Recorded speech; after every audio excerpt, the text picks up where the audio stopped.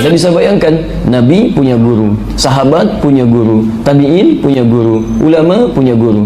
Antum bukan Nabi, bukan Rasul, bukan sahabat, bukan ulama, bukan tabi'in. Mau belajar sendiri, nggak punya guru. Bagaimana kita bisa memahami dengan baik, gitu kan? Nah, jadi prinsip utama dalam belajar, pertama, mesti ada guru yang memahamkan kita. Baik, kemudian siapa guru-guru yang baik itu?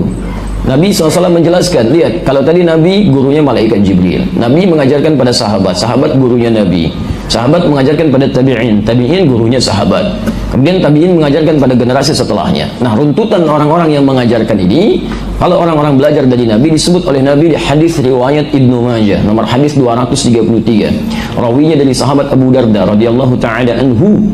Lihat di ujung hadisnya, lihat kalimatnya, wa innal ulama'a warathatul anbiya, dan sungguh para ulama itu pewarisnya para nabi. Wa innal anbiya la yurithu dirhaman wala dinaran walakin yurithul ilma. Lihat, dan sungguh para nabi itu tidak mewariskan dirham dan dinar.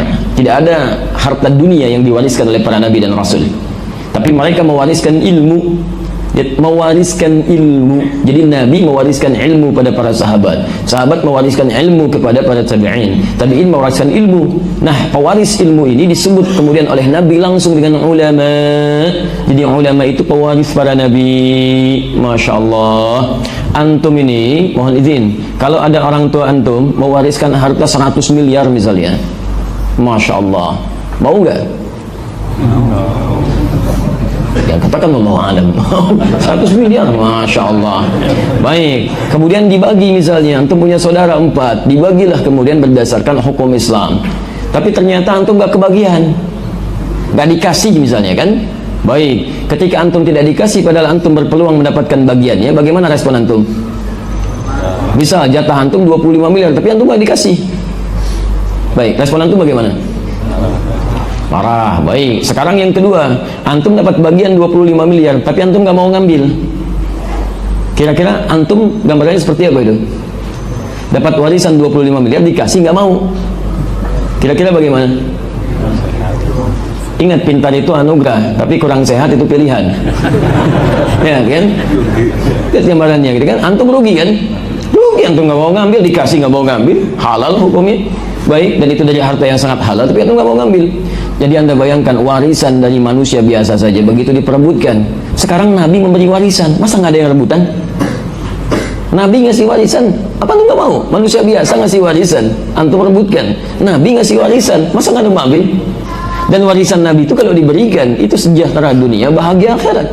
Warisan manusia belum tentu mengantarkan antum pada kebahagiaan akhirat. Tapi kalau warisan Nabi, sudah pasti itu, dunia bahagia, akhirat juga Masya Allah, gembira luar biasa. Nah, sekarang warisan Nabi itu ada pada para ulama. Ulama itu yang mengajarkan kita ilmu. Jadi kalau antum ingin belajar tentang yang benar, tersambung kepada Nabi, maka cari dari yang ulama. Apa ciri ulama? Quran surah 35 Fatir.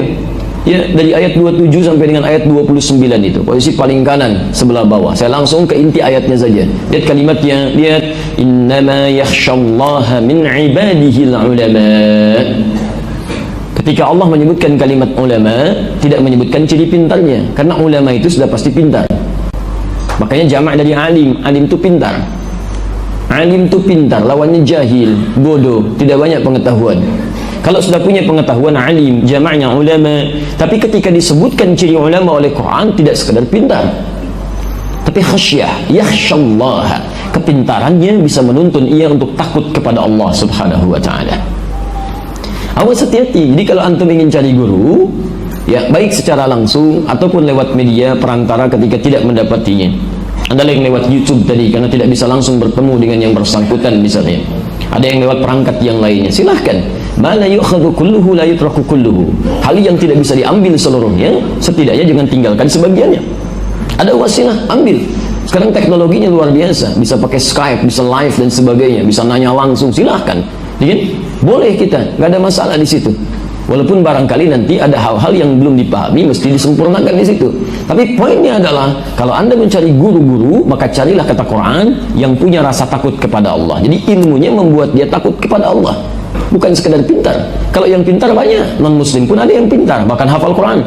Orientalis itu pada pintar, hafal Quran. Ya, kemudian ada orang-orang yang orang-orang misi macam-macam, dia pelajari itu. Dia pelajari. Dan ada sekolah-sekolah khusus didesain di barat sejak zaman dulu, bahkan sejak, mohon maaf, tahun 1492 itu, sejak terjadinya selesai perjanjian Tordesillas, kemudian orang-orang Islam dikalahkan di Spanyol, manuskripnya dibawa ke Eropa ke barat, itu langsung mendirikan sekolah orientalis, banyak. Di antaranya bisa Sorbonne, ya, di Paris, di Prancis. Sampai kemudian yang paling modern, ada Harvard, ada Oxford dan sebagainya, ada McGill di Kanada, ada Leiden di Belanda. Itu diantaranya adalah universitas-universitas yang pertama didirikan untuk mempelajari nilai-nilai keislaman dan ketimuran.